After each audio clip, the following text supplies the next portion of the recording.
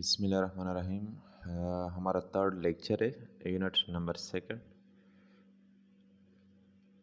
Biological molecule के हवाले से। टॉपिक हमारा है फंडामेंटल बायोलॉजिकल मॉलिक्यूल। टॉपिक क्या है हमारे पास? फंडामेंटल बायोलॉजिकल मॉलिक्यूल, ये हमारा टॉपिक है। फर्स्ट हम फंडामेंटल को समझने की कोशिश करेंगे। फंडामेंटल क्या होता है? फंडामेंटल का मतलब क्या होता है? बुनियादी बायोलॉजिकल मॉलिक्यूल क्या होते हैं जो हमारी बॉडी का बुनियाद बनाते हैं, बेसिकली जिससे हमारी बॉडी बनी होती है। यहाँ पे फंडामेंटल जो है, बुनियादी से मुराद हमारे पास क्या आता है? मैं एक एग्जांपल से आपको समझाता हूँ कि फॉर एग्जांपल जब भी हम कोई दीवार बनाते हैं, उस दीवार के लिए नीचे हम क्या डालते हैं? बुनियाद डालते हैं। नॉर्मली सुना होगा कि वो कहते हैं कि बुनियाद जितना मजबूत होगा, उसके ऊपर जो दीवार हम खड़ा कर लेते वो भी उतना मजबूत होगा।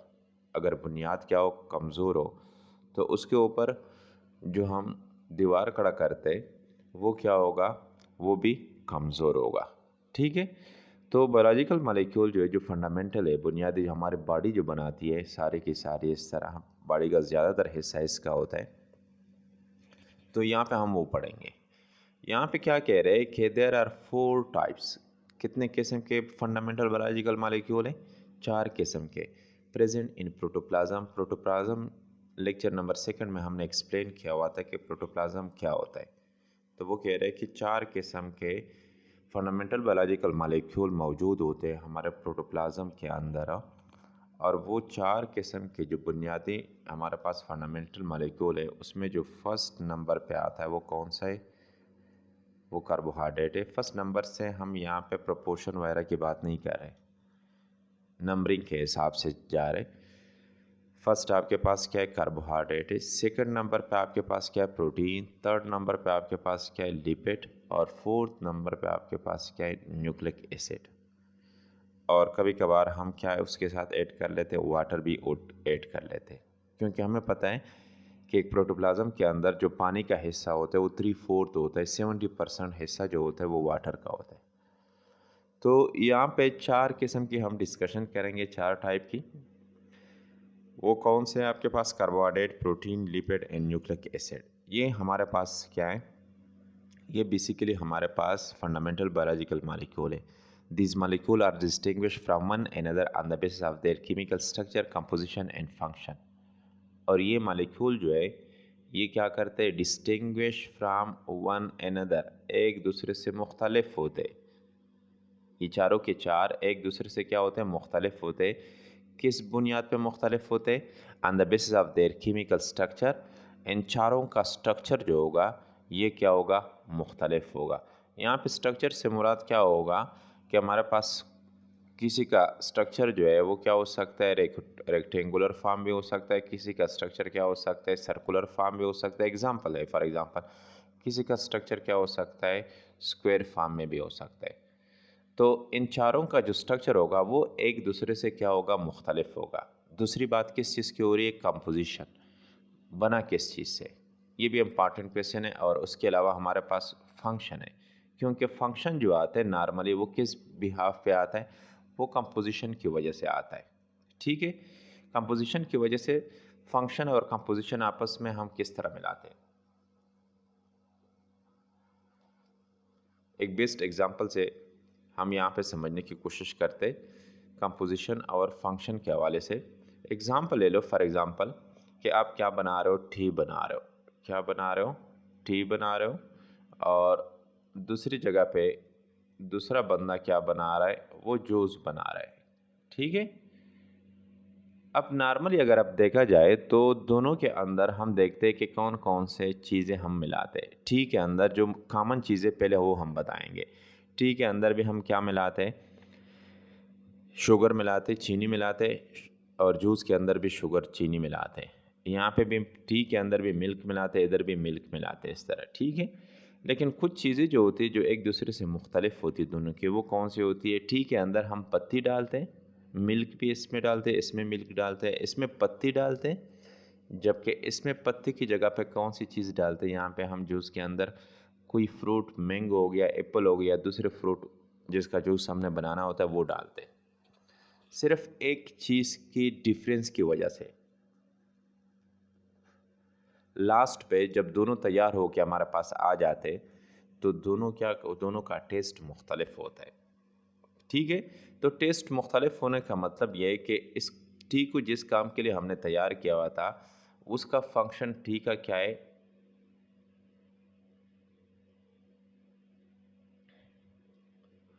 तो दोनों का फंक्शन जो होता है वो क्या होता है हमारे पास मुख्तलिफ होता है। फंक्शन का यहाँ पे मतलब क्या है कि टी को जिस काम के लिए तैयार किया हुआ था हमने, ठीक है, वो उसका अलग टेस्ट होगा, मतलब क्या उसका फंक्शन अलग हो गया और जो उसका फंक्शन हमारे पास क्या हो गया वो अलग हो गया। तो ये माइंड में रखो कि दोनों की कंपोजिशन, टी और जूस की कंपोजिशन भी मुख्तलिफ थी और साथ साथ दोनों का फंक्शन जो था वो भी क्या हो गया, उस कंपोजिशन की वजह से, इस कंपोजिशन की वजह से इसका फंक्शन भी क्या हो गया, मुख्तलिफ। फंक्शन का मतलब फार्मल मतलब क्या होता है, उसका काम। ठीक है, उसके बाद नेक्स्ट कह रहे कि प्रोटीन जो फर्स्ट वाला आपके पास, protein is the most abundant organic compound in protoplasm. ये प्रीवियस सेकंड लेक्चर में हमने पढ़ा हुआ है कि प्रोटीन का जो हिस्सा है वो मेमेलियन सेल के अंदर क्या होता है 18% होता है, जबकि बैक्टीरियल सेल के अंदर कितना होता है 15%। ये अबंडेंट है, लेकिन किस टाइप का अबंडेंट है, organic compound in protoplasm. Organic में जो ऑल कंपाउंड में अबंडेंट है, जो प्रीवियस लेक्चर में हमने बताया हुआ था, वो कौन है, वो वाटर है। प्रोटीन और मैक्रो मॉलिक्यूल, जो दूसरी बात आती है वो किस चीज़ की आ रही है, मैक्रो मॉलिक्यूल। प्रोटीन बेसिकली हमारे पास क्या है, मैक्रो मॉलिक्यूल है। एक होता है माइक्रो मॉलिक्यूल, सिर्फ एम के बाद जो ए आ रहा है, एम ए जो आ रहा है, ये वाला ए जो है, जो एम के बाद आ रहा है, इसको अगर आप आई से चेंज करें, किस चीज़ से, आई से चेंज करें, तो आपके पास माइक्रो मॉलिक्यूल। माइक्रो का मतलब क्या होता है, छोटा, जबकि मैक्रो का मतलब क्या होता है, बड़ा। तो प्रोटीन हमारे पास क्या है, बड़ा मॉलिक्यूल है, form of unit called amino acid. जबकि ये क्या, किस चीज़ से बना होता है, अमाइनो एसिड से बना होता है। ये छोटे छोटे यूनिट जो होते हैं अमाइनो एसिड, फॉर एग्जांपल ये आपके पास एक अमाइनो एसिड है, ये दूसरे अमाइनो एसिड के साथ मिला होता है, फिर दूसरा जो है तीसरे के साथ मिला होता है, फिर तीसरा अमाइनो एसिड जो है वो चौथे के साथ, इस तरह सो ऑन। तो ये हमारे पास अमाइनो एसिड मिलके इससे क्या बनता है, आपके पास हो एक प्रोटीन बनता है। तो आप कह सकते हो कि प्रोटीन का जो बेसिक यूनिट है जिससे प्रोटीन बना होता है, ये बेसिकली कौन से होते हैं, ये यही अमाइनो एसिड होते हैं। और total number of amino acid आपके पास कितने होते हैं, नॉर्मली 20 होते, 20 होते, और ये मुख्तलिफ़ तरीके से, ठीक है, ये मुख्तलिफ़ तरीके से मिलते हैं और मुख्तलिफ़ प्रोटीन आपके पास बनते हैं। तो वो कह रहे कि किस चीज़ का बना होता है, यूनिट्स का बना होता है, और वो यूनिट कौन से होते हैं, अमाइनो एसिड यूनिट होते हैं। Enzyme are also protein in nature. ये प्रीवियस लेक्चर में भी हमने पढ़ा हुआ है कि एंजाइम क्या होते हैं, बेसिकली प्रोटीन इन नेचर होते हैं। आप इसके हवाले से डिटेल से प्रीवियस यूनिट में पढ़ सकते हैं, जो प्रीवियस लेक्चर है, ठीक है। Proteins play important role in structure and function of cell. Protein क्या करते हैं, एक अहम किरदार अदा करता है, किरदार अदा करता है किस चीज़ की, सेल का स्ट्रक्चर बनाने में। जिस तरह अभी थोड़ी देर पहले हमने कहा कि स्ट्रक्चर, कौन सा स्ट्रक्चर बनेगा, सर्कुलर बनेगा, रेक्टेंगुलर बनेगा, आया हमारे पास स्क्वायर फॉर्म में बनेगा। सेल का स्ट्रक्चर बनाने में भी किसका किरदार होता है, प्रोटीन का किरदार होता है, और साथ साथ फंक्शन में भी किसका किरदार होता है, उस प्रोटीन का किरदार होता है, ठीक है। अब प्रोटीन नॉर्मली ज़्यादातर जो स्टूडेंट होते हैं उसमें कंफ्यूज होते हैं कि प्रोटीन होते क्या हैं। प्रोटीन तो नॉर्मली आपके पास क्या होते हैं, अमाइनो एसिड से बने होते हैं, ये तो नॉर्मल बात है। लेकिन हमारे बॉडी के अंदर आपका जितना भी गोश्त है, मसल जो होते हैं, ये सारा का सारा क्या होता है, हमारे पास ये प्रोटीन होता है। तो नॉर्मली अगर आप देखें तो आपकी बॉडी जो है, आपके मसल की वजह से उसका स्ट्रक्चर बनता है, और उसी मसल की वजह से फंक्शन होता है। मुख्तलिफ़ जगह के पे वो मसल का मुख्तलिफ़ काम होता है। फॉर एग्ज़ाम्पल आपके कान के अंदर जो मसल है, आपके हाथ के अंदर जो मसल है, आपके नोज़ में जो मसल है, ये सारा का सारा क्या होता है, अलग अलग काम, उसका फंक्शन होता है। लेकिन नॉर्मली अगर देखा जाए तो आपके पास जो आपके हाथ के मसल है, उसका जो स्ट्रक्चर है वो नोज़ के मसल से और इसी तरह कान के मसल से क्या होते हैं, मुख्तलिफ होते हैं, ठीक है। Next to protein is abundance in protoplasm are carbohydrate. तो प्रीवियस वाले जो आपके पास जो टेबल है उससे आप अंदाज़ा लगा सकते हो कि प्रोटीन के बाद जो नेक्स्ट नंबर आ रहा है वो किस चीज़ का आ रहा है, वो कार्बोहाइड्रेट का आ रहा है। ठीक है, carbohydrate are also called hydrated carbon, और कार्बोहाइड्रेट को हम क्या नाम देते हैं, हाइड्रेटेड कार्बन का नाम देते हैं। वर्ड जो हाइड्रेटेड है वो आ गया यहाँ पे एक्सप्लेन करें कि हाइड्रेटेड क्यों कहते हैं। हाइड्रेटेड वर्ड आया हुआ है किस चीज़ से आया हुआ है, वाटर से। किसके लिए हम इस्तेमाल करते हैं नॉर्मली, हाइड्रेटेड वाटर के लिए ये वर्ड इस्तेमाल करते हैं। हाइड्रेटेड कार्बन है मतलब क्या है कि अगर नॉर्मली यहाँ पे वाटर को देखा जाए तो वाटर में आपके पास क्या है, हाइड्रोजन भी है, ऑक्सीजन भी है। अगर ये दोनों किसके साथ मिल जाए कार्बन, तो हम कह सकते हैं कि ये कार्बन क्या है, हाइड्रेटेड कार्बन है। They are composed of carbon. यहाँ पे आप एक्सप्लेन करें कि बेसिकली ये किस चीज़ के बने होते हैं, कार्बोहाइड्रेट जो होते ये कार्बन, हाइड्रोजन और ऑक्सीजन। देखो यहाँ से आपको आइडिया हो गया, हाइड्रोजन एंड ऑक्सीजन यहाँ पे मौजूद है। किसके साथ मौजूद है, कार्बन के साथ, इसलिए आप कह सकते हो कि ये हाइड्रेटेड और कार्बन है। Carbohydrate are mostly stored as reserve food in cell. और कार्बोहाइड्रेट जो है ये ज़्यादातर, देखो प्रोटीन का आपने यहाँ पे पता चल गया कि प्रोटीन क्या काम करता है, as a structure and function के तौर पे काम करता है। जबकि कार्बोहाइड्रेट जो होता है ये स्टोरिंग के लिए होता है, ये स्टोर होता है। Reserve food in the cell, cell में क्या होता है, रिजर्व फूड। रिजर्व फूड से मुराद क्या होता है, एक वो खुराक होता है जो आपको इंस्टेंट मिलता है, जब आप खा लेते हो और आप उससे एनर्जी हासिल करते हो। लेकिन अगर कभी कभार एक ऐसा सिचुएशन आ जाए कि आप सहरा में हो, फॉर एग्ज़ाम्पल रेगिस्तान में हो, और उस रेगिस्तान में आपको खुराक न मिल जाए 2-3 दिन तक, तो आपके बॉडी के अंदर जो पहले से कार्बोहाइड्रेट स्टोर हो जाता है, यहाँ पे लिखा हुआ है स्टोर, जो पहले से स्टोर होता है, जमा हुआ होता है ज़ख़ीरे की शक्ल में, रिज़र्व फूड की शक्ल में, एक्स्ट्रा फूड की शक्ल में, तब आप 3-4 दिन तक क्या कर सकते हो, उस कार्बोहाइड्रेट को इस्तेमाल कर सकते हो, आप ज़िंदा रह सकते हो। तो ये स्टोर होता है आपके बॉडी के अंदर। They are use in respiration, और नॉर्मली ये हम कहाँ पे इस्तेमाल करते हैं, एज ए रिस्पायरेशन में भी इस्तेमाल करते हैं, फॉर एनर्जी पर्पज़। किस मकसद के लिए, एनर्जी। एनर्जी यहाँ पे किस चीज़ की बात हो रही है, एटीपी की बात हो रही है। एटीपी की प्रोडक्शन के लिए भी हम क्या कर सकते हैं, इसको हम इस्तेमाल कर सकते हैं। ठीक है, रिस्पायरेशन कौन सा अमल होता है, रिस्पायरेशन वो अमल होता है जिसमें नॉर्मली आपके पास क्या होता है, ग्लूकोज मिलता है। किसके साथ ग्लूकोज मिलता है, ऑक्सीजन के साथ ग्लूकोज मिल जाता है, और आपके पास उससे कौन सी चीज़ आ जाती है, ग्लूकोज की जब तोड़ फोड़ हो जाती है और आपके पास रिजल्टेंट एटीपी हासिल हो जाती है, तो ये वो उस प्रोसेस को हम क्या कहते हैं, रिस्पायरेशन कहते हैं। ठीक है, 2 टाइप के रिस्पायरेशन ऑलरेडी आपने पढ़े होंगे, एक एरोबिक रिस्पायरेशन होता है और दूसरा जो होता है एन एरोबिक। एरोबिक रिस्पायरेशन जो होता है उसमें ऑक्सीजन की ज़रूरत होती है, जबकि इन एरोबिक रिस्पायरेशन में ऑक्सीजन की ज़रूरत नहीं होती है।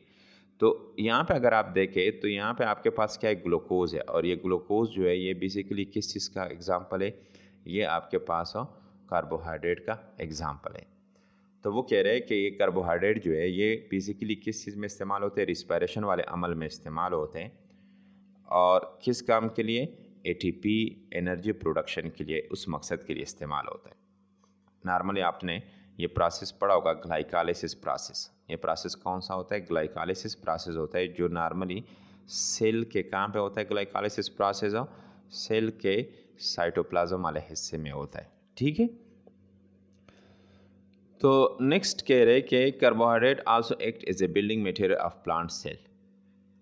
स्टोरिंग के अलावा और एनर्जी के अलावा ये 2 काम हो गए, एक तो स्टोर के तौर पे काम करता है रिजर्व फूड, और दूसरा काम कौन सा हो गया उसका, एनर्जी पर्पस के लिए। थर्ड काम उसका क्या है, कार्बोहाइड्रेट का building material of plant cell. Plant cell का बिल्डिंग मटेरियल भी मैक्सिमम क्या बनाता है, वो ज़्यादातर कार्बोहाइड्रेट से बना होता है। एक एग्जांपल यहाँ पे अगर आपने पढ़ा होगा और प्रीवियस यूनिट नंबर 1 में, तो उसमें जो प्लांट का सेल होता है उसका बाहर वाला जो पहला फर्स्ट हिस्सा होता है वो कौन सा होता है, वो प्लांट का सेल वाल होता है। क्या होता है, सेल वाल होता है। सेल वाल को मैं डब्ल्यू से ज़ाहिर करता हूँ, प्लांट का वाल होता है सेल वाल, जिसको हम कह सकते हैं फर्स्ट वाला हिस्सा। तो ये जो सेल वाल बना होता है ये बेसिकली किस चीज़ का बना होता है, प्लांट का सेल वाल जो मैक्सिमम ज़्यादातर बना होता है वो किस चीज़ का बना होता है, वो आपके पास किस चीज़ का बना होता है, सेलुलोज का। किस चीज़ का बना होता है? सेलुलोज का। ठीक है, तो वो सेलुलोज जो है बेसिकली क्या है? ये सेलुलोज जो है बेसिकली आपके पास कौन सी चीज़ है? ये कार्बोहाइड्रेट है। ये कौन सी चीज़ है आपके पास? ये कार्बोहाइड्रेट है। तो इसलिए यहाँ पे कह रहे हैं कि प्लांट के हवाले से building material of plant cell, कि कार्बोहाइड्रेट का नेक्स्ट काम क्या होता है? प्लांट सेल के हवाले से ये बिल्डिंग मटेरियल भी होता है। क्या होता है? बिल्डिंग मटेरियल के तौर पे भी काम करता है। ठीक है, तो नेक्स्ट क्या कह रहे हैं? वो कह रहे हैं कि lipid are a separate diverse group of organic compound in protoplasm. Next जो हमारे पास फंडामेंटल बायोमोलिक्यूल में आता है वो लिपिड है। वो कह रहे हैं आर सेपरेट। सेपरेट का मतलब क्या होता है? अलग। डाइवर्स का क्या मतलब होता है? मुख्तलिफ है, बाकी उनसे क्या है? बहुत मुख्तलिफ है। डाइवर्स ग्रुप है। किस चीज़ का ग्रुप है? Organic compound in protoplasm. Lipid भी प्रोटोप्लाज्म के अंदर क्या होते हैं? मौजूद होते हैं। among other functions which they play in living cell are their storage as reserve food. बाकी फंक्शन जो लिपिड के बाकी फंक्शन के अलावा, जिस तरह आपने यूनिट नंबर फर्स्ट में पढ़ा हुआ है कि राइबोसोम के एंडोप्लाज्मिक रेटिकुलम जो आपके पास होता है उसके ऊपर क्या होता है? राइबोसोम मिलते हैं इस तरह। तो बहुत से बाकी फंक्शन भी होते हैं लिपिड के। उस फंक्शन के अलावा इसका जो नेक्स्ट वाला काम है वो एज स्टोरेज के तौर पे भी होता है। एक बात स्टोरेज के लिए किसके लिए हमने बात कह दी यहाँ पे, बता दी, कार्बोहाइड्रेट के हवाले से।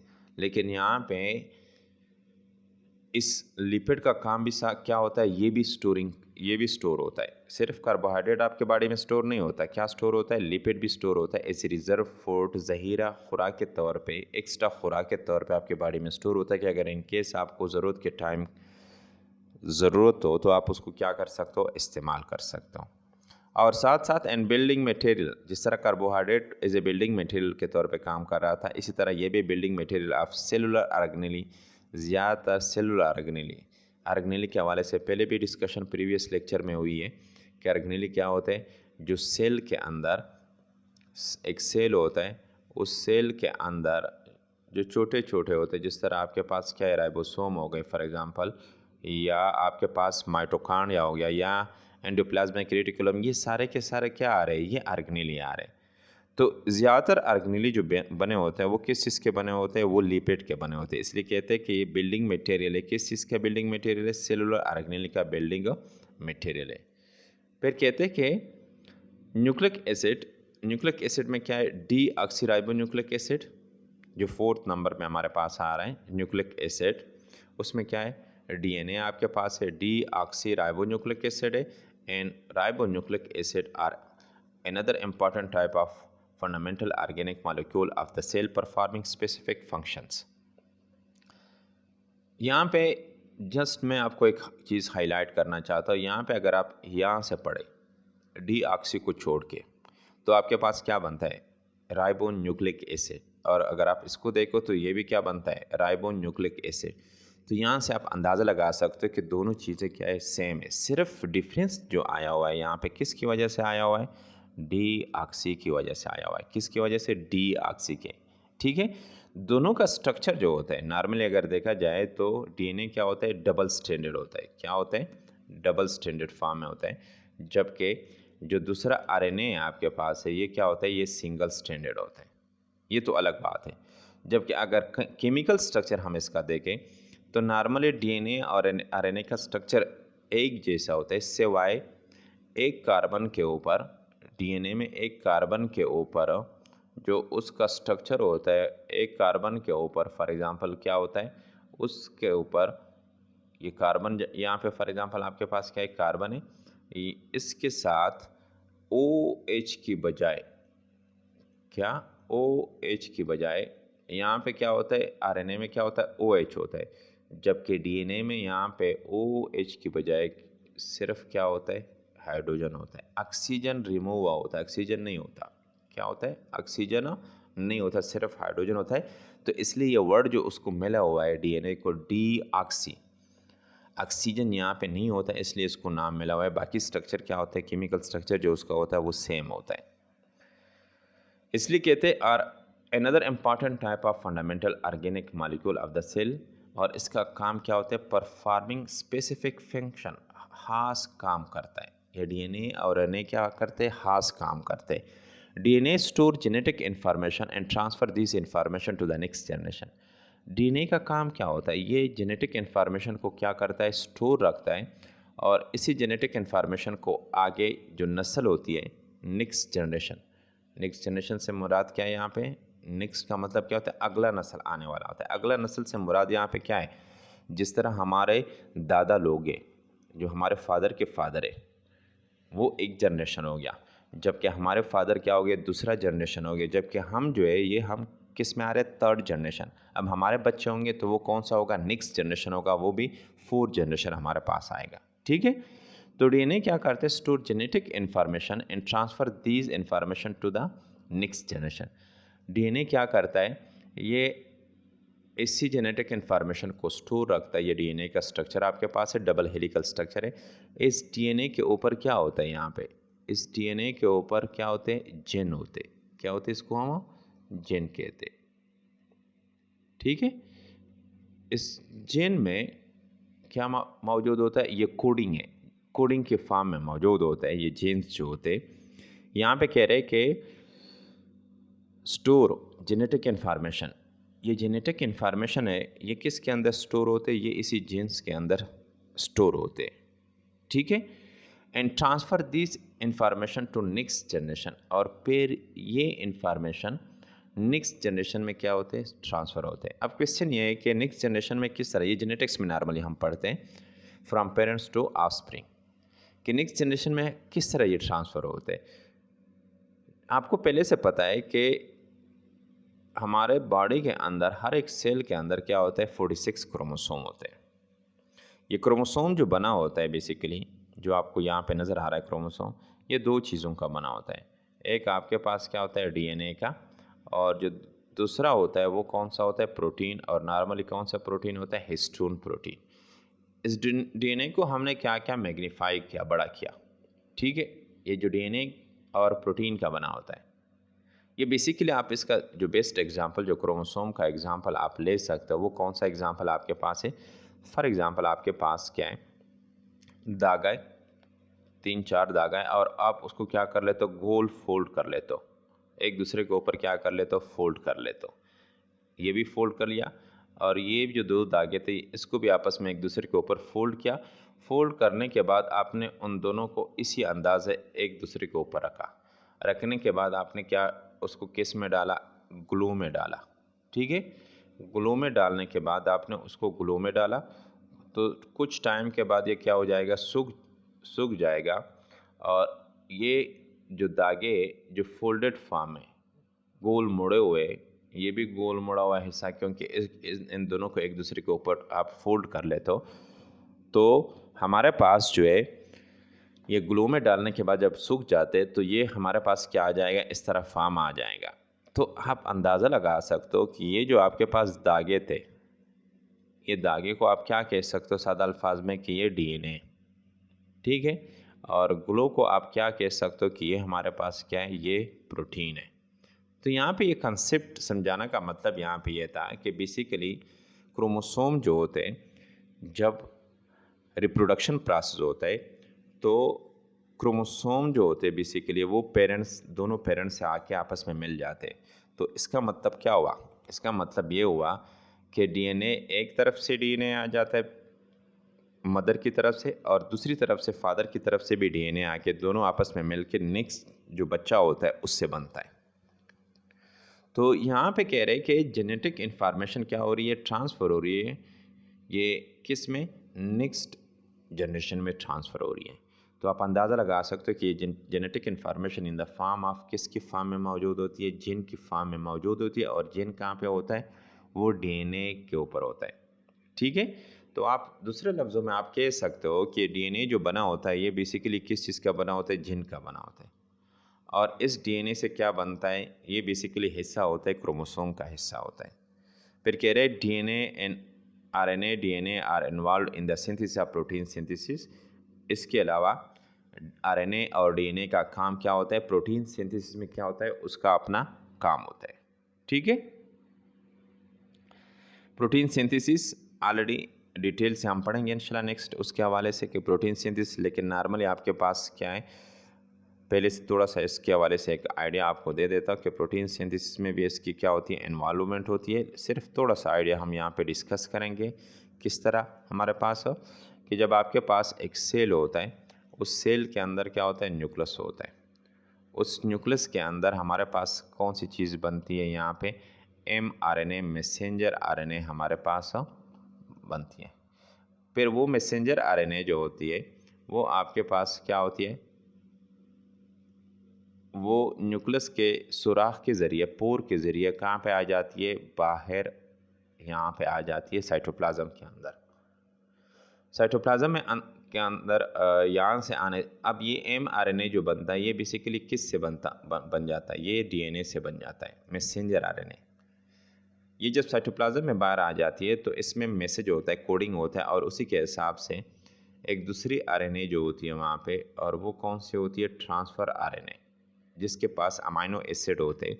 ये आके राइबोसोम के मदद से इसके साथ क्या करते हैं, अमाइनो एसिड अटैच करते हैं, और एक अमाइनो एसिड, दूसरा अमाइनो एसिड, तीसरा, चौथा, इस तरह, और इससे आपके पास क्या बन जाता है, एक प्रोटीन स्ट्रक्चर बन जाता है। ठीक है। और दूसरे लफ्ज़ों में, सादा लफ्ज़ों में हम कह सकते हैं कि डीएनए से क्या बनेगा, हमारे पास रिप्लिकेशन प्रोसेस होगा, और उस बनेगा आरएनए बनेगा। क्या बनेगा, आरएनए बनेगा। फिर आरएनए से नेक्स्ट जो हमारे पास बनेगा वो कौन सी चीज़ बनेगी आपके पास, प्रोटीन बनेगी। कौन सी बनेगी, प्रोटीन। और इस प्रोसेस के ऊपर हम क्या कहते हैं, ट्रांसलेशन का प्रोसेस कहते हैं। क्या कहते हैं इसे, ट्रांसलेशन। ठीक है, बात आई थिंक समझ में आई होगी आपको। तो नेक्स्ट कह रहे, the organic molecule in living, किसमें, in living things such as fatty acid, amino acid and carbohydrate have characteristic fundamental group. वो कह रहे कि जितने भी ऑर्गेनिक मॉलिक्यूल आपके पास है, स्पेशली उसमें से किसकी बात हो रही, सच एज फैटी एसिड या अमाइनो एसिड या कार्बोहाइड्रेट। फैटी एसिड किसका हिस्सा है, लिपिड का हिस्सा है। अमाइनो एसिड किसका हिस्सा है, ये प्रोटीन का हिस्सा है। कार्बोहाइड्रेट कैरेक्टरिस्टिक फंक्शनल ग्रुप, ये इंपॉर्टेंट पॉइंट है। फंक्शनल ग्रुप से मुराद क्या होता है कि इनका एक ख़ास ग्रुप होता है, और उस ग्रुप की वजह से इसका स्ट्रक्चर और इसका फंक्शन क्या हो जाता है, चेंज हो जाते हैं। अब एक्सप्लेन करें कि ये फंक्शनल ग्रुप आपके पास क्या होते हैं। This functional group add to the diversity of organic molecule. ये फंक्शनल ग्रुप जो होते हैं ये क्या होते हैं, add to the diversity of organic molecule. ये ऑर्गेनिक मॉलिक्यूल के डाइवर्सिटी मतलब उसको क्या करते हैं, डाइवर्स करते हैं, मुख्तलिफ, उसमें जो चेंजेस लेके आता है, मुख्तलिफ बनाता है। This functional group add to the diversity of organic molecule. ये जो ऑर्गेनिक मॉलिक्यूल में फ़र्क आ जाता है वो किसकी वजह से आ जाता है, वो इस फंक्शनल ग्रुप की डाइवर्सिटी। मुख्तलिफ फंक्शनल ग्रुप होते, एक किस्म का नहीं होता, मुख्तलिफ। उसमें से for example some functional group of, कुछ फंक्शनल ग्रुप में क्या है, हाइड्रोक्सल है, अल्कोहल जिसका क्या है, OH, इलामत क्या है, OH ग्रुप जिसको कह सकते हैं आप। कार्बोक्सिल ग्रुप है, अल्डिहाइड ग्रुप है, अमाइन ग्रुप है, NH2 ग्रुप आपके पास है। अल्डिहाइड और कार्बोक्सिल ग्रुप नॉर्मली हमारे पास जो होते हैं वो किस फॉर्म में होते हैं, अल्डिहाइड स्पेशली जो आपके पास होता है वो कार्बन के साथ सिर्फ हाइड्रोजन अटैच होता है। फॉर एग्जांपल एक लॉन्ग चेन है कार्बन का, और एंडिंग पे आपके पास क्या होते हैं, सिर्फ हाइड्रोजन अटैच होता है। तो वो हमारे पास कौन से फॉर्म में आता है, ये केमिस्ट्री में इंशाल्लाह आप डिटेल से पढ़ेंगे, अल्डिहाइड। जबकि अगर इसी जगह पे आपके पास डबल बॉन्ड के साथ क्या अटैच हो, इस तरह ऑक्सीजन अटैच हो, तो फिर हमारे पास क्या आता है, कार्बोक्सिल ग्रुप आता है। अमाइन ग्रुप जो आपके पास है NH2 फॉर्म में होता है। कौन से फॉर्म में होता है, NH2 फॉर्म में आपके पास आता है। फिर कह रहे हैं inorganic compound such as water in inorganic salt are also present in the protoplasm. Next कह रहे हैं कि इनऑर्गेनिक कंपाउंड जो है, ये तो आपके पास जो basic organic fundamental biological molecule थे, उसके अलावा इनऑर्गेनिक कंपाउंड की बात हो रही है कि इनऑर्गेनिक कंपाउंड जो है उसमें से फॉर एग्जांपल आपके पास क्या है, वाटर हो गया, या इनऑर्गेनिक साल्ट जो ऑलरेडी प्रीवियस लेक्चर में टेबल में आपने पढ़ा हुआ है, are also present in the protoplasm, वो भी प्रोटोप्लाज्म के अंदर मौजूद होते हैं। प्रोटोप्लाज्म भी पिछले वाले लेक्चर में मैंने समझाया हुआ है। Water is vital for the life of living organism, and without sufficient quantity of water, the protoplasm is unable to perform normal function. Water जो है बहुत इम्पॉर्टेंट है। वाइटल का मतलब क्या है? इम्पॉर्टेंट, अहम है for the life of living organism. जितने भी जानदार है इंक्लूडिंग हम भी उसमें शामिल है। हमने अपनी लाइफ गुजारने के लिए किसके ऊपर डिपेंड रहना है? पानी के ऊपर। ये बहुत इंपॉर्टेंट है। एंड विदाउट सफिशेंट का मतलब क्या है? काफ़ी quantity of water the protoplasm is unable. अगर आपके बॉडी के अंदर पानी का मकदार क्या हो जाता है? कम हो जाता है, तो नुकसान क्या होगा? Protoplasm is unable to perform normal function. जिंदा तो रहेंगे लेकिन आपके बॉडी जो होगी वो क्या करेगी? नॉर्मल फंक्शन काम नहीं करेगी। वो नॉर्मली जब हम कहते हैं ना कि मैं थका हुआ हूँ, मैं ये काम नहीं कर सकता, वो काम नहीं कर सकता, तो इट मीन्स कि आप में डिफिशियंसी आई हुई है। तो इसका मतलब ये नहीं होता कि पानी की डिफिशियंसी आई हुई है। नॉर्मल बॉडी में किसी चीज़ की डिफिशियंसी आई हुई है तो इसलिए बॉडी नॉर्मल फंक्शन नहीं करती। Though inorganic salt are present in small quantity. वो कह रहे कि पानी के अलावा इन ऑर्गेनिक साल्ट किस तरह मौजूद होता है? स्मॉल क्वांटिटी, थोड़ी सी मकदार में मौजूद होता है। But they are important for most biochemical function. लेकिन थोड़ी सी मकदार का मतलब ये नहीं होता कि इसकी कोई इंपॉर्टेंस नहीं है, अहमियत नहीं है। इसलिए कहते फिर भी इम्पॉर्टेंट होता है किस काम के लिए? For most biochemical function. ज़्यादातर जो हमारे बॉडी के अंदर बायोकेमिकल फंक्शन होते हैं, बायोकेमिकल वर्ड इस्तेमाल हुआ है, केमिकल नहीं, सिर्फ बायोकेमिकल, क्योंकि लिविंग सेल के अंदर वो रिएक्शन हो रहे। तो बायोकेमिकल फंक्शन जितने भी होते हैं उसके लिए भी किस चीज़ की ज़रूरत होगी? उसके लिए भी इनऑर्गेनिक साल्ट की ज़रूरत होगी। ठीक है, आई थिंक ये टॉपिक आपका क्लियर हो गया। तो उम्मीद करता हूँ कि आपको सारा सब कुछ समझ आया होगा। अगर फिर भी आपका कोई क्वेश्चन हो या फर्दर आप टॉपिक को ज़्यादा अच्छा बनाना चाहते हो या कोई भी इस तरह आपके माइंड में सजेशन हो, तो आप वीडियो का लास्ट पे जो कमेंट्स है वो बॉक्स वहाँ पे है, कमेंट्स वाला पोर्शन है उसमें, तो आप उसमें कमेंट्स कर सकते हो और अपने कीमती सजेशन से आप क्या कर सकते हो? इन्फॉर्म कर सकते हो। ठीक है, ओके, अपना ख्याल रखें। अल्लाह हाफिज़।